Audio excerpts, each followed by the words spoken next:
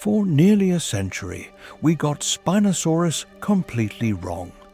The largest predatory dinosaur that ever walked the earth wasn't really a predator that walked at all. It wasn't a bigger, scarier T-Rex. It wasn't built the way you've seen it in every movie, every textbook, every museum hall. Almost everything you think you know about this animal is wrong. And the real story, the actual creature hidden inside the fossils, is stranger than anything science fiction ever invented. This is the strange, broken, half-rewritten history of the dinosaur that refuses to fit in. Our story begins in 1912 in the Egyptian desert. A German paleontologist named Ernst Stromer von Reichenbach is leading a long, brutal expedition into the Bahariya oasis, hundreds of kilometers southwest of Cairo. The Sahara here is unforgiving. 50 degrees in the day, cold enough to crack stone at night. Sandstorms erased trails within minutes, but buried beneath the sand is a graveyard from a vanished world. A world that 95 million years ago was not a desert at all. Stromer's team begins to uncover fragments of a creature unlike anything science has ever recorded. Massive jaws, long and narrow, lined with conical teeth that resemble those of a crocodile more than any known dinosaur. Vertebrae topped with enormous neural spines. Bones reaching nearly 2 meters into the air, like the masts of a sailing ship. Stromer names it Spinosaurus aegyptiacus, the Egyptian spine lizard. He ships the fossils back to Munich. They become the crown jewel of the Bavarian state collection, displayed proudly in the heart of the city. And then history intervenes. On the night of April 24th, 1944, British bombers fly over Munich. The Allied air raid is meant to break German morale during the final desperate year of the Second World War. The bombs strike across the city. One of them hits the museum directly. Fire consumes the collection. The fossils, irreplaceable 100-million-year-old bones, are reduced to ash and powder. The only physical evidence of Spinosaurus on the entire planet is destroyed in a single night. For the next 70 years, all paleontologists have left are Stromer's drawings, his careful measurements, his ink sketches on yellowed paper. The animal itself is gone. Without bones, science has to guess, and guesses tend to follow patterns. Every other large predatory dinosaur science knew, Tyrannosaurus, Allosaurus, Carnotaurus, Giganotosaurus, walked on 2 legs. They were theropods, bipeds, tall, towering, terrestrial. So Spinosaurus, naturally, must have walked on 2 legs too. That assumption becomes doctrine. For decades, every reconstruction of a Spinosaurus shows the same animal, a 15-meter, 7-ton bipedal predator with a strange sail on its back, built like T-Rex with a parasol. In 2001, this version is immortalized in Jurassic Park 3. On screen, Spinosaurus brutally kills a T-Rex, snapping its neck in a single moment that horrifies a generation of dinosaur fans. Suddenly, Spinosaurus is famous. Bigger than T-Rex. Scarier than T-Rex. The new king of the prehistoric food chain. Museums build skeletons in this pose. Documentaries animate it striding across riverbanks. Children's books, video games, action figures all show the same shape. Tall, vertical, terrifying. There is only one problem. It's wrong. All of it. Completely, fundamentally wrong. And the proof is buried in a cardboard box in a small town in Morocco, waiting to be found. In 2008, a young paleontologist named Nizar Ibrahim is searching for fossils in the Kem beds of southeastern Morocco. The Kem is a strip of barren cliffs along the Algerian border. Windswept, sun-blasted, almost lunar in appearance. It is also one of the richest fossil sites on Earth. A window into a 95-million-year-old river system that once carved its way through what is now the Sahara. A local fossil hunter approaches Ibrahim with a cardboard box. Inside are fragments of bone, dark, mineralized, unfamiliar. Ibrahim recognizes them almost instantly. They are Spinosaurus. But there is a problem. He doesn't know exactly where they came from. The fossil hunter is gone. The site is unknown. And without a location, the bones are scientifically useless. Context is everything in paleontology. Ibrahim spends years tracking down every fragment of this single skeleton. He travels between Morocco, Italy, and Germany, piecing together a scattered animal. A few bones here, a few bones there. He even returns to Morocco, walks village to village, until, astonishingly, he finds the same man who originally dug the bones. Together, they relocate the original site, and the site delivers more bones. In 2014, Ibrahim publishes his reconstruction in the journal Science, and the paleontological world is stunned. The new Spinosaurus has hind limbs far too short for a bipedal animal. The body's center of mass is shifted dramatically forward, so far forward that the animal physically could not stand upright on two legs without falling over. The feet are flat, broad, possibly webbed. The nostrils sit high on the skull, near the eyes. The bones are dense and heavy, almost solid, the way the bones of a penguin or a manatee are solid. Animals that need ballast to sink. Animals that live in water. This is not a land predator with a decorative fin. This is a swimmer. Spinosaurus, Ibrahim argues, was the first known semi-aquatic dinosaur. An animal that spent the majority of its life in water, hunting fish, navigating rivers, moving more comfortably through liquid than across solid ground. The reaction is electric. Some paleontologists celebrate. Others push back hard. The proportions look unnatural. The biomechanics feel wrong. How does a 15-meter, multi-ton animal swim at all? The debate has only just begun. For 6 years, the question hangs over paleontology like an unresolved chord. Then, in 2020, Ibrahim's team returns to the same Moroccan dig site. And they find something nobody expected: the tail. The 2014 reconstruction was missing tailbones.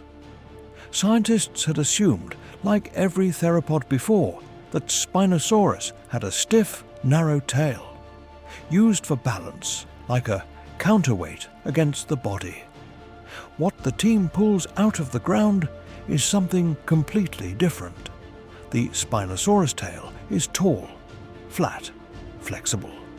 The neural spines down its length stretch upward in a continuous vertical paddle, an eel-like fin capable of whipping side to side, generating powerful thrust through water. To test it, the team builds a robotic model. They tune it to the exact proportions of the fossil. They submerge it in a water tank. They measure the force. The result is conclusive. The Spinosaurus tail generates roughly 8 times more swimming thrust than the tail of a typical land-living theropod. It is not a balance organ. It is a propulsion organ. The implication is staggering. Spinosaurus didn't just wade through shallow water. It actively pursued prey beneath the surface. It hunted like a crocodile, like an otter, like nothing else in the dinosaur fossil record. For a moment, the case seems closed. Spinosaurus is the first truly aquatic dinosaur. Except, science is never that simple. In 2021, a team led by paleontologists David Hone and Thomas Holtz publishes a sharp, detailed critique. Their argument is uncomfortable. Just because Spinosaurus could swim, they say, does not mean it lived in the water like a whale or a seal. The fossil record, they point out, is full of animals capable of swimming that spend most of their lives on land. They list the problems. Spinosaurus' eyes are placed on the sides of the skull. Excellent for spotting prey on land, poor for tracking targets underwater. The sail on its back would have created enormous drag in water, like trying to swim with a kite tied to your spine. The nostrils, while raised higher than a typical theropod's, are not in the ideal position for a fully submerged predator. And the proportions, even after the new reconstructions, still suggest an awkward swimmer compared to actual aquatic hunters. The Hone-Holtz team proposes a different model. Spinosaurus, they argue, was a wader, a heron-like ambush predator that stood in shallow water, scanning the surface, and snapped at fish that came within range. Not a pursuit hunter, not a deep diver, a shoreline specialist. The debate intensifies. In 2022, a team uses oxygen isotope analysis of Spinosaurus teeth, a technique that can reveal chemically whether an animal drank freshwater, saltwater, or a mix. The results suggest Spinosaurus spent significant time in water, but the data cannot tell whether the animal was diving deep or simply standing in the shallows. In 2023, another team revisits the swimming biomechanics. They argue that even with the paddle tail, Spinosaurus would have been slow, awkward, far less efficient than animals genuinely built for pursuit predation. A study in 2024 examines the bone density across multiple specimens. The findings are mixed. Some bones suggest a strongly aquatic lifestyle. Others suggest a more amphibious, in-between existence. The truth is, after more than a century of study, we still do not know exactly how Spinosaurus lived. We may never know. And that uncertainty is not a flaw in the science. It is the science. To understand the animal, you have to understand its world. 95 million years ago, the Sahara was not a desert. It was a vast, sweltering river delta, a maze of waterways, swamps, mangroves and floodplains stretching across what is now Morocco, Algeria and Egypt. The Kem river system has been described by some paleontologists as the most dangerous place that has ever existed on Earth. The waters were a nightmare. Oncha pristis, a sawfish with a serrated rostrum nearly 3 meters long, capable of slashing through soft tissue with a single sideways strike.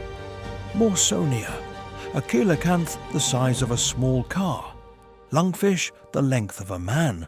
Massive freshwater sharks, and dominating the deeper channels. Sarcosuchus and other giant crocodiliforms, animals nearly as long as Spinosaurus itself, with bone-crushing jaws built for ambush. The land was no kinder. Carcharodontosaurus, a shark-toothed theropod that rivaled T-Rex in size, dominating the upper terrestrial food chain. Deltadromeus, a long-legged, lightning-fast predator built for chasing down prey. Bahariosaurus, another giant theropod whose anatomy remains poorly understood. Smaller predators stalked the underbrush. Massive, long-necked sauropods waded the floodplains. In this world, Spinosaurus was not the apex of the land.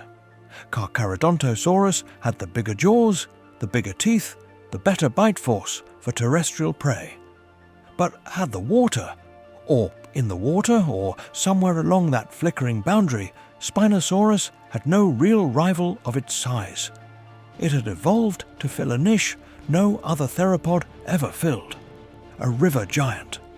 A piscivore at the scale of an apex predator. An animal that owned the edge between two worlds. Whether it dove into the deep channels or hunted the shallows from above, Spinosaurus controlled the waterline of one of the most dangerous ecosystems in the history of life. So picture it. Not the Jurassic Park monster, not the bipedal slasher on the textbook page.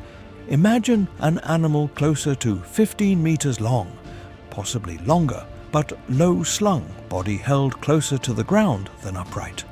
A long, muscular neck. A head shaped almost exactly like a crocodile's, with narrow jaws full of interlocking conical teeth. Perfect for gripping slippery prey, not for slicing flesh. Its skin was likely scaled, possibly with patterning across the flanks. Countershading was probable, darker on the back, lighter on the belly. For camouflage in water, just as we see in modern crocodiles, sharks and aquatic mammals. The arms were powerful, ending in massive curved claws. These claws were not built for slashing other dinosaurs. They were built for hooking fish, gripping wet hides, anchoring against river currents.